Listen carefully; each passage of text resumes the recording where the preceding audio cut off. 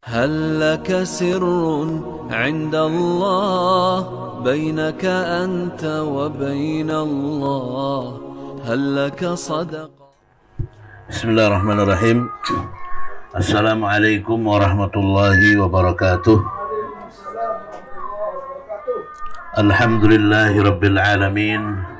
Wabihi nasta'inu ala umuri dunya waddin. Asyhadu an la ilaha illallah wahdahu la syarikalah. Wa asyhadu anna Muhammadan abduhu wa rasuluh. Allahumma salli ala safiyyika wa rasulika Muhammadin wa ala alihi wa sahbihi ajma'in, amma ba'd. Yang saya hormati Bapak Haji Sutarjo dan keluarga, Bapak Syafi'i beserta ibu dan keluarga, seluruh alim ulama, para tokoh masyarakat dan undangan yang berbahagia, khususnya kedua mempelai Mas Lazwardi dan Mbak Rosa. Mudah-mudahan yang senantiasa diberikan keberkahan oleh Allah dan diberikan kebahagiaan. Alhamdulillah, pagi hari ini kita seluruhnya diberi oleh Allah Subhanahu wa Ta'ala nikmat yang besar, yaitu kita bisa menyaksikan dan sekaligus memberikan doa kepada kedua mempelai yang alhamdulillah sudah sah resmi menikah pada hari ini pada pukul 7.20 menit. Alhamdulillah mereka saat ini sudah sah sebagai suami istri. Mudah-mudahan Allah memberkahi dan kita mendoakan barakallahu lakuma wa baraka alaikuma wa jama'a bainakuma fi khair. Mudah-mudahan Allah Subhanahu wa Ta'ala memberikan keberkahan kepada kalian berdua pada saat lapang, juga memberikan keberkahan kepada kalian berdua pada saat sempit, dan semoga Allah mengumpulkan kalian berdua di atas kebaikan. Ada 3 poin. Yang pertama yaitu terkait dengan bahwa nikah itu adalah ibadah. Nikah itu urusan agama. Ini yang pertama. Yang kedua yang akan saya sampaikan yaitu bahwa nikah adalah urusan tanggung jawab. Dan yang ketiga, nikah itu wajib bahagia. Ada 3 poin, Pak, ya.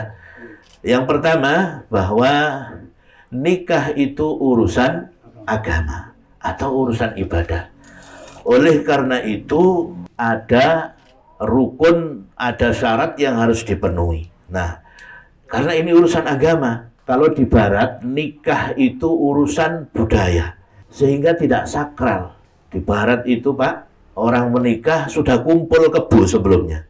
Tidak sekedar kumpul, bahkan sampai sudah punya anak. Ada yang punya anak 1, 2, 3, tapi belum menikah. Masih cari kecocokan. Sebab kalau sudah menikah, menurut mereka ada konsekuensi memberikan nafkah dan seterusnya. Tapi kalau kumpul kebo ya, masing-masing bebas.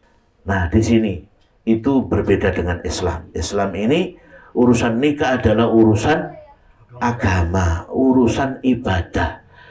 Oleh karena itu Nabi mengatakan, menganjurkan kepada para pemuda pada saat itu, ya sahabat Abdullah bin Mas'ud radhiyallahu an bersama Nabi, masih muda, nggak punya apa-apa. Lalu Nabi bersabda, ya ma'asyaras sabab, man istata'a minkumul ba'ata falyatazawwaj fa innahu aghaddu lil basari wa ahsanul farji. Kata Nabi SAW, wahai para pemuda, siapa di antara kalian yang mampu untuk mempunyai perbekalan, untuk mempunyai modal menikah, modal lahir batin, maka hendaknya menikah. Karena menikah itu ini tujuannya aghaddu lil basari wa ahsanul farj, akan bisa menundukkan pandangan dan akan menjaga kemaluan. Ini menikah, sehingga betul-betul ibadah, supaya menjauhi maksiat. Nah, orang menjauhi maksiat mendapatkan pahala atau mendapatkan dosa? Dapat pahala. Ya, karena itu ini disebut ibadah. Dan itu perintah Nabi SAW untuk menundukkan pandangan dan juga supaya bisa menjaga kemaluan. Kemudian Nabi SAW dalam soal memilih ya calon yang laki maupun yang perempuan. Itu kata Nabi, tungkahul mar'atu li arba'in, limaliha walihasabiha walijamaliha fadhfar bidzatid din taribat yadak. Perempuan itu dinikahi karena 4 hal. Yang pertama karena hartanya, yang kedua karena keturunannya ningrat atau darah biru, ya. Yang ketiga karena kecantikannya, yang keempat karena agamanya. Kalau yang keempat kata Nabi, ini yang dianjurkan, fadhfar bidzatid din. Pilihlah yang punya agama yang baik, yang salihah, sehingga engkau akan beruntung. Kalau tidak akan binasa. Nah, ini menunjukkan urusan nikah itu urusan ibadah, urusan agama. Jadi tidak sembarangan, karena ini adalah urusan ibadah. Sehingga niat kita ketika menikah pun harus ditata. Jangan sekedar untuk melampiaskan nafsu biologis, bukan. Kalau seperti itu, ya seperti orang yang tidak beriman. Tapi kita nomor satu adalah dalam rangka supaya bisa menjaga agama kita. Oleh karena itu mencari istri yang salihah. Maka yang istri juga demikian, milih yang salih. Nah, di sini perlu kita semua melakukan introspeksi.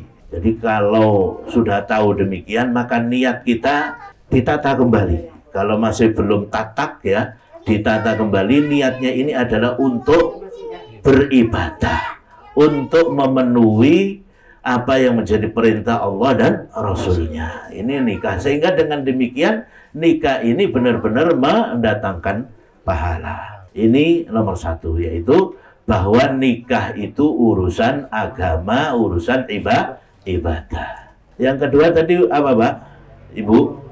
Jadi nikah itu adalah urusan tanggung jawab. Oleh karena itu Nabi SAW dalam hadis yang panjang menyebutkan bahwa kullukum ra'in wa kullukum mas'ulun an ra'iyati. Setiap kalian adalah pemimpin dan masing-masing kalian akan ditanya tentang tanggung jawab kepemimpinannya. Ya. Jadi semua kita ini diminta pertanggungjawaban nanti oleh Allah Subhanahu wa taala. Dalam hadis ini lalu Nabi sallallahu alaihi wasallam lanjutkan, warrajulu ra'in ala ahli baitihi wa huwa mas'ulun an wa ahli baitihi wa huwa mas'ulun an ra'iyati. Atau kama qala sallallahu alaihi wasallam. Jadi laki-laki suami bertanggung jawab atas keluarga, atas istri, anak-anaknya, dan nanti akan ditanya pertanggungjawaban itu oleh Allah Subhanahu wa taala. Dan Nabi juga menegaskan al-mar'atu ra'iyatun, dan seorang perempuan, seorang istri juga dia seorang pemimpin di rumah suaminya, dan nanti dalam urusan pendidikan anak-anak, urusan rumah tangga, dia juga akan ditanya oleh Allah Subhanahu wa taala. Jadi ini urusan tanggung jawab. Ya. Jadi tanggung jawab ini bukan hal yang mudah. Kita harus betul-betul menjalankannya dengan baik. Maka di antara tanggung jawab laki-laki kata Allah Subhanahu wa taala, ar-rijalu qawwamuna 'alan nisa' bima faddalallahu ba'dahum 'ala ba'd wa bima anfaqu min amwalihim. Laki-laki itu adalah pemimpin atas perempuan, dan Allah melebihkan salah seorang di antara kalian atas yang lainnya, yaitu laki-laki dilebihkan atas perempuan. Dan juga karena laki-laki sebagai pemimpin itu karena memberikan nafkah kepada istrinya. Jadi ini kewajiban seorang suami menafkahi istri, nafkah lahir maupun nafkah batin.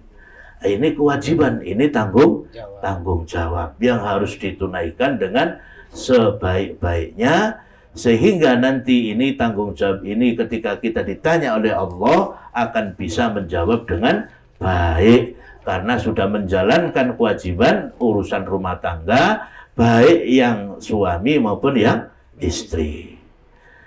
Nah, selain itu kewajiban seorang suami juga kata Allah Subhanahu wa taala, wa'ashiruhun bil ma'ruf wa ashiruhunna bil ma'ruf, dan hendaknya kalian mempergauli istri-istri kalian dengan baik, ya. Dalam selanjutnya ayatnya fa in karihtumuhunna syai'an fa asa an takrahu syai'an fa yaj'alallahu fi khairan katsira. Bisa saja kalian itu melihat ada kekurangan yang kamu tidak sukai pada istri kamu, tetapi Allah memberikan sesuatu yang baik di sana. Artinya mempergauli istri dengan baik, ya, memperlakukannya dengan baik, ya. Soalnya istri itu kata Nabi Shallallahu Alaihi Wasallam diciptakan dari tulang yang bengkok. Kalau dikerasi patah, ya, tulang kalau bengkok dikerasi jadi patah. Tapi kalau dibiarkan ya tetap bengkok, maka harus jadi hati. Ini tugas seorang suami, mendidik dan mempergauli istri dengan baik. Nah, ini. Sehingga ini merupakan tanggung jawab juga supaya hal ini bisa menjadikan rumah tangga kapal berlayar sampai ke tepian, berhasil dan bahagia. Akhirnya yang poin yang terakhir yaitu nikah itu wajib bahagia. Kalau nikah tidak bahagia, ya berarti salah, ya. Pernikahan itu bukan pernikahan yang dikehendaki. Nikah itu wajib bahagia, ya. Kenapa wajib bahagia? Karena memang Allah Subhanahu wa Ta'ala menciptakan laki-laki dan perempuan itu untuk saling melengkapi, ya. Nabi Shallallahu Alaihi Wasallam menegaskan ad-dunya mata, ya, ad-dunya mata wa khairu mata'iha al-mar'atus shalihah. Dunia ini adalah kenikmatan, dunia ini juga perhiasan. Mata itu bisa berarti perhiasan, bisa berarti kesenangan, ya. Wa khairu mata'iha, dan sebaik-baik kesenangan perhiasan dunia itu adalah wanita shalihah, ya. Bapak Ibu sekalian, ya, orang sehebat apapun, mungkin pangkatnya, jabatannya tinggi, ilmunya banyak, ya, hartanya melimpah, tapi tidak punya istri, kira-kira lengkap enggak? Enggak lengkap. Tetapi apabila seseorang itu sudah menikah dan punya istri solehah, Masya Allah, inilah yang kata Nabi, dia akan mendapatkan kenikmatan sempurna, ya.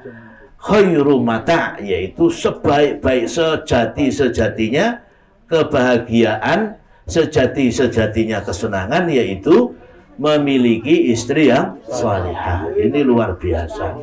Tidak ada yang bisa mengalahkan kebahagiaan dengan memiliki seorang istri yang salihah. Meskipun orang itu punya mobil berderet, mobil mewah, ya, Lamborghini atau mobil sport apalah namanya, ya. Kemudian rumahnya juga tingkat gedung mewah, ya.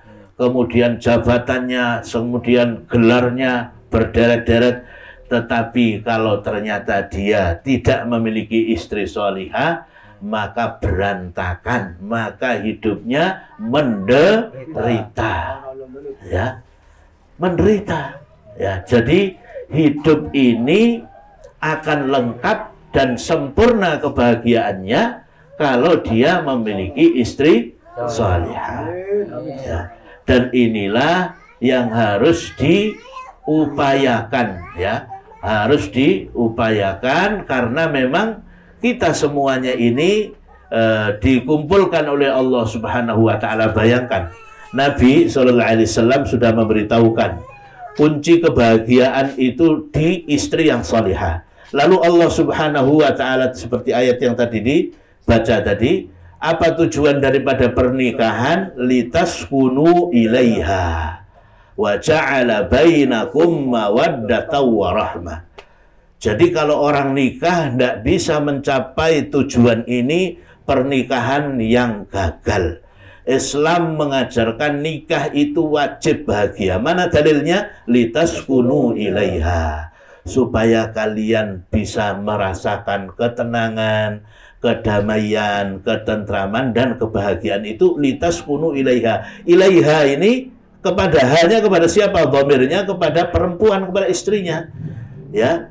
Jadi suami itu begitu melihat istrinya yang salihah, maka langsung adem, ya, langsung tenang, tentram dan bahagia. Makanya salah satu ciri wanita salihah itu adalah kalau kalian memandang dia istri yang salihah, memandang dia, maka kalian akan menjadi senang karenanya. Menyenangkan kalau dipandang, bukan saja karena kecantikannya, juga karena akhlak dan budi pekertinya. Inilah subhanallah. Jadi litaskunu ilaiha, lalu wa ja'ala bainakum mawaddatan wa rahmah. Karena memberikan ketenangan, istri ini bisa untuk menjadi penyejuk pandangan suaminya, maka disitulah Allah lalu menciptakan mawaddah, cinta kasih, warahmah, dan sayang, rahmat di antara mereka. Subhanallah. Di sini inilah yang namanya rumah tangga. Sehingga seorang suami betapapun capek kayak apa, pulang ke rumah itu seperti disiram es, ya. Seperti orang yang masuk ke tempat yang sangat teduh, rindang, ke taman yang sangat menyenangkan. Rumah menjadi sesuatu yang dirindukan, seperti dalam istilah baiti jannati, rumahku adalah surgaku, meskipun rumahnya masih ngontrak, tidak apa-apa. Nah, bagaimana kita supaya bisa meraih ini, ya, kebahagiaan ini, ya? Yang pertama, ya, untuk wajib bahagia ini, caranya nomor satu adalah meneguhkan iman dan ketakwaan kita kepada Allah Subhanahu wa Ta'ala. Ini nomor satu. Orang kalau tidak punya iman tidak akan bisa bahagia dalam arti yang sebenarnya. Bohong kalau dia bisa merasakan kebahagiaan sepanjang waktunya kalau hanya mengandalkan uang, hanya mengandalkan rumah mewah, kendaraan yang juga bergengsi. Tidak. Itu hanya sebentar, ya. Tetapi yang selamanya memberikan ketenangan, kebahagiaan, ya, apa? Iman dan takwa. Mana dalilnya? Alladzina amanu wa lam yalbisu imanahum bidzulmin ulaika lahumul amnu wa hum muhtadun. Orang-orang yang beriman dan tidak mencampur adukkan iman mereka dengan kezaliman, yaitu kesyirikan, merekalah orang-orang yang diberikan ketenangan, kedamaian, dan kebahagiaan, dan mereka adalah orang-orang yang dapat petunjuk. Jadi ini syarat, ya, kalau ingin bisa bahagia sejati. Allah berfirman pada ayat yang lain, innal ladzina amanu tsumma istaqamu tatanazzalu alaihimul malaikah alla takhafu wa la tahzanu wa abshiru bil jannati allati kuntum tu'adun. Ya. Jadi orang-orang yang beriman dan mereka itu istiqamah dengan imannya, maka malaikat akan turun, ya, dan mengatakan Allah takhafu wa la tahzanu, jangan kamu itu takut dan bersedih, ya. Ini yang disampaikan oleh malaikat kepada mereka yang iman dan istiqamah. Jadi dia tidak pernah merasakan apa? Kegelisahan karena punya iman, ya, karena punya iman, ya. Iman ini senjata yang paling ampuh. Oleh karena itu ada seorang pada zaman Imam Sufyan Tsauri, perempuan, ya, dia ini tinggal sebatang kara, ya, sendirian, sudah tua, tidak ada orang yang menemani, rumahnya gubuk, ya. Lalu Imam Sufyan Tsauri mendatangi, kasihan, ingin memberikan gaji untuk dia, akan diajukan kepada gubernur, ya. Kira-kira kalau orang sekarang gimana, Pak? Wah, terima kasih, alhamdulillah, kebetulan ini lagi susah, nggak ada penghasilan. Tapi ibu ini begitu ditawari menangis, ya, nangis. Dia mengatakan, wahai imam, saya ini minta kepada Allah, berdoa kepada Allah dalam urusan dunia itu tidak pernah. Padahal Allah yang memiliki semuanya ini. Apalagi kamu mau untuk bagaimana mungkin kamu menawarkan kepada saya untuk minta kepada makhluk yang lemah dan tidak punya apa-apa. Kepada Allah yang punya segalanya saya malu minta urusan dunia, apalagi kepada makhluk saya tidak mau. Aku loh malu berdoa urusan dunia. Jadi doanya hanya urusan akhirat. Inilah orang yang sudah mencapai puncak iman sehingga kebahagiaannya tidak tergantung kepada uang atau kepada harta. Lah kalau kita ini iman kita masih lemah, ya, masih belum kuat, bahagianya kalau duitnya banyak. Tenangnya kalau duit banyak. Kalau sudah tanggal tua mulai ya, ini menunjukkan ayo kita tingkatkan iman kita. Jadi iman ini jangan kemudian orang, ya, tenangnya karena punya harta. Kalau lagi nggak punya sedih, jangan, ya. Karena urusan iman ini keyakinan kita kepada Allah, ya. Kita yakin Allah pasti menolong kita, ya. Allah pasti membantu kita. In tansurullaha yansurkum wa yutsabbit aqdamakum. Kalau kalian menolong agama Allah, Allah pasti menolong kalian. Kalau kalian itu soleh, tidak ada susahnya. Jadi ini, ya, setiap persoalan, ya, apapun jalan keluarnya adalah iman dan ketakwaan. Bukan duit, bukan punya jabatan atau punya link yang luas dengan orang-orang top, orang-orang yang punya jabatan tinggi. Tidak. Untuk menyelesaikan masalah dengan apa? Iman dan takwa. Mana dalilnya? Wa may yattaqillaha yaj'al lahu makhraja wa yarzuquhu min haitsu la yahtasib wa may yatawakkal 'ala Allahi fa huwa hasbuh. Wah, ini. Jadi semua udah lengkap dalam Islam itu, ya. Jadi kata Allah, siapa yang takwa kepada Allah. Takwa itu apa artinya? Al-khawfu minal jalil wal amalu bit tanzil wal isti'dadu liyaumir rahil. Ini definisi takwa menurut sahabat Ali bin Abi Thalib radhiyallahu anhu. Takwa itu yaitu takut, ya, kepada siksa Allah, ya. Kemudian mengamalkan Al-Qur'an dan bersiap diri untuk bekal hidup di akhirat. Ini arti takwa. Jadi orang itu kalau sudah bertakwa kepada Allah, punya persiapan untuk hidup di akhirat, dia betul-betul takut kepada Allah, ya. Lalu urusannya di dunia semuanya dijamin oleh Allah. Kalau ada masalah akan diselesaikan oleh Allah, akan diberikan jalan keluar.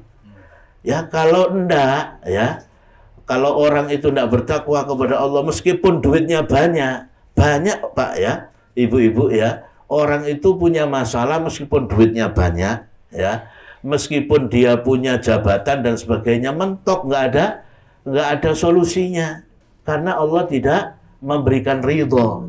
Tetapi orang itu kalau bertakwa kepada Allah selalu, meskipun banyak masalah, selalu ada jalan keluar, ya. Punya pondok pesantren, kemudian ini untuk anak-anak yatim, berasnya sudah habis, tiba-tiba saja ada orang yang kirim beras 1 ton, kirim lauk pauk, dan cerita seperti ini banyak, ya. Semua urusan akan diselesaikan oleh Allah kalau memang betul-betul kita bertakwa. Tapi kalau orang tidak bertakwa, maka mentok urusannya, ya. Tidak ditolong oleh Allah Subhanahu wa ta'ala. Ini iman, ya. Makanya Nabi Ibrahim ketika mau dicemplungkan ke api yang berkobar-kobar, dia karena saking kuatnya imannya, ditawari malaikat Jibril, ya Allah, aku mau tolong kamu. Nggak, saya nggak mau pertolongan dari makhluk, saya hanya minta tolong kepada Allah. Hasbunallahu wa ni'mal wakil, cukuplah Allah bagiku dan dia sebaik-baik penolong. Apa yang terjadi? Allah berfirman, ya narukuni bardaw wa salaman ala Ibrahim, wahai api hendaknya engkau jadi dingin dan keselamatan bagi Ibrahim. Ini orang bertakwa, Masya Allah kalau bisa seperti itu ya. Ini jalan pertama supaya bahagia, yaitu dengan takwa, dengan iman. Inilah yang menjamin kebahagiaan sejati, keimanan kita kepada Allah, ketenangan yang terus menerus. Kemudian untuk bisa bahagia yang kedua, resepnya yaitu hendaknya kita wa'ashiruhunna bil ma'ruf, yang sudah sedikit kita singgung tadi, yaitu pergaulilah istri itu dengan baik ya. Oleh karenanya jangan dicari kesalahannya, kekurangannya. Kata Nabi sallallahu alaihi wasallam, la yafraq mu'minun mu'minatan in kariha khuluqan radiya bi ghairiha au bi khuluqin akhar au kama qala sallallahu alaihi wasallam. Jangan sampai seseorang itu membenci istrinya karena ada perilaku yang tidak dia sukai. Apabila ada perilaku yang tidak dia sukai, ada perilaku lain yang pasti dia sukai. Maka yang dilihat adalah sisi positifnya, sisi kelebihannya, karena manusia tidak ada yang sempurna ya.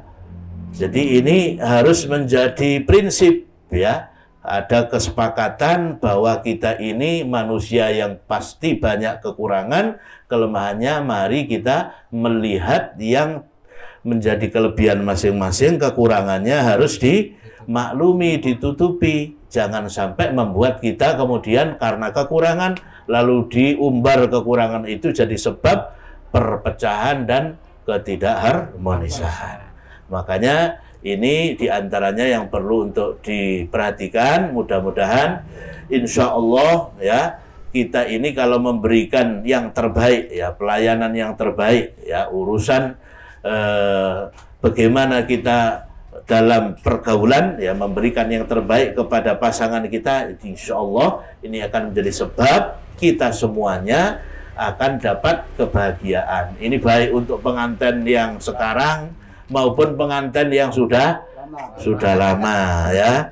Jadi ini kita introspeksi. Seringkali kita kadang-kadang ya mau menang sendiri, Pak ya. Ini yang harus diperbaiki, karena kalau ingin bahagia ya kita harus memperlakukan pasangan kita dengan baik sebagaimana Nabi. Dan terakhir ini ya, Nabi itu memberikan contoh-contoh romantisme di dalam rumah tangga ya. Contoh Nabi Shallallahu Alaihi Wasallam ya, ketika misalnya Aisyah minum, Nabi itu minta ya dari gelas yang diminum oleh Aisyah radhiyallahu anha, tidak dihabiskan, kira-kira setengah air yang ada di dalam gelas. Lalu Nabi Shallallahu Alaihi Wasallam minum ya dari gelas, kemudian yang dipakai oleh Aisyah dicari tempat ya yang tadinya minum oleh Aisyah di bekas bibirnya Aisyah radhiyallahu anha. Nah, ini menunjukkan apa, Pak? Romantisme ya, menunjukkan kasih sayang yang luar biasa. Nah, kemudian Nabi itu mencontohkan dan menyuruh suami istri itu banyak bercanda ya, supaya apa, Pak? Bercanda suami istri ini semuanya dapat pahala ya.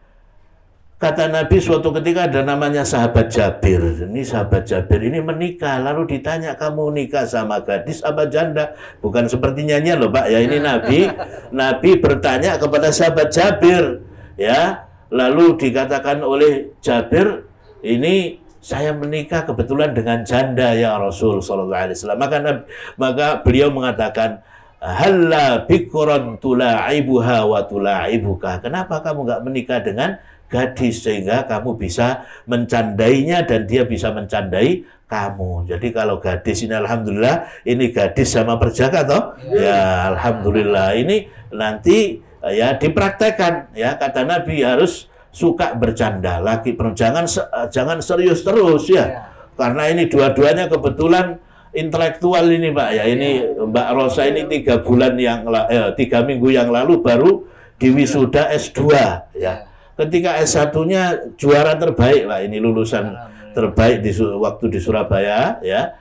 Dan kemudian 3 minggu yang lalu ini beliau di wisuda S2-nya, alhamdulillah. Nah ini Mas Lazuardi juga sedang menyelesaikan S2. Jadi ini intelektual dua-duanya ya. Maka jangan sampai kemudian diskusi yang serius terus ya. Urusan ilmu, urusan ini akhirnya ya tidak ada candanya ya. Jadi harus sering bercanda untuk memberikan kebahagiaan satu sama lain. Ini contoh yang dari Nabi. Nah, ya, Nabi itu pernah juga Bapak Ibu sekalian ngajak lomba lari ya. Ngajak lomba lari Aisyah. Waktu masih Aisyah ramping ya, Aisyah yang menang Pak lomba lari dengan istrinya. Ya, mungkin seperti sekarang ini lomba lari ya. Kemudian ketika sudah agak gendut, biasanya begitu Pak ya, perempuan kalau sudah lama ya sama, laki-laki juga begitu ya. Nah, itu nanti pada waktu ronde keduanya ketika sudah agak lama ya, akhirnya Nabi yang menang ya. Nabi yang menang. Jadi kata Nabi, ini adalah 0-0 atau 1-1 ya. Nah, itu bercanda sampai seperti itu indahnya antara beliau dengan Aisyah radhiyallahu anha. Dan Nabi SAW kadang-kadang beliau itu ya tiduran di pangkuannya Aisyah ya. Nah, ini dan Nabi itu kebiasaannya sering mencium istrinya ya. Jadi ini romantisme yang diajarkan oleh Nabi. Juga suka memberikan hadiah. Nah, ini kebiasaan di negeri kita ini masih kurang Pak ya, suami beri hadiah. Bapak-bapak suka enggak ngasih hadiah sama istrinya? Nah, jadi meskipun mungkin hadiah tali rambut itu juga seneng istri dikasih tali rambut, syukur-syukur dikasih emas 1 kilogram ya. Seneng itu istrinya itu nanti ya. Harus banyak memberi hadiah kepada istri. Jadi kalau saya ketika di Turki Pak, waktu ada seminar internasional di Turki, diundang di sana itu, di Turki itu kebiasaannya orang Turki itu mereka romantis Pak ya, sama istrinya itu. Jadi suka mereka itu bahkan di jalan-jalan ngasih bunga ya kepada orang-orang yang ada di jalan itu, apalagi kepada istrinya, romantis sekali. Nah ini kebiasaan yang baik ya, kebiasaan yang baik. Suami suka memberi hadiah kepada istri ya, entah hal yang remeh atau hal yang kecil, tapi ini membahagiakan istri. Ibu-ibu suka dikasih hadiah ya. Wah, alhamdulillah ya. Dikasih emas ya mungkin 3 gram, 5 gram atau kalung. Kalau di Saudi itu bisa sampai 1 kilo Pak ya, gandulannya itu ya. Nah, inilah romantisme yang diajarkan oleh Nabi untuk memberikan kebahagiaan suami istri ya. Demikian juga kata Nabi yang terakhir, suami istri ini harus bisa untuk saling memberikan kepuasan ya. Tidak hanya dalam urusan yang terkait dengan lahiriah, juga batiniah. Kata Nabi SAW, kalau laki-laki suami mendatangi istrinya itu jangan seperti binatang. Binatang itu maksudnya dia kalau sudah menyelesaikan hajatnya ya sudah tidak peduli apakah si betinanya ini merasakan nikmat atau tidak ya kan. Ini binatang. Tapi kalau manusia ya dalam urusan pernikahan maka dia akan betul-betul memperhatikan bahwa istrinya juga mendapatkan kepuasan, kenikmatan, demikian juga dengan dirinya. Maka urusan begini insya Allah anak-anak yang sudah atau mereka yang menikah, Mbak Rosa kemudian Mas Lazuardi, insya Allah sudah bisa mempraktekannya nanti dengan sebaik-baiknya sehingga saling memberikan kepuasan. Ini amin ya robbal alamin. Ini bukan porno loh Pak, karena diajarkan oleh Nabi ya. Nah, jadi oleh karena itu mudah-mudahan kita semua ikut mendoakan. Ini menjadi keluarga suami istri yang bahagia, yang senantiasa ada dalam ketenangan, selalu cocok dan diberkah oleh Allah, diberikan oleh Allah SWT anak yang saleh dan salihah. Amin ya rabbal alamin. Demikian, mudah-mudahan bermanfaat untuk saya dan Bapak Ibu sekalian. Mohon maaf kekurangan yang ada. Kita tutup dengan kafarah majlis. Subhanakallahumma bihamdika asyhadu an la ilaha illa anta astaghfiruka wa atubu ilaik. Assalamualaikum warahmatullahi wabarakatuh. Waalaikumsalam warahmatullahi wabarakatuh. Aduh.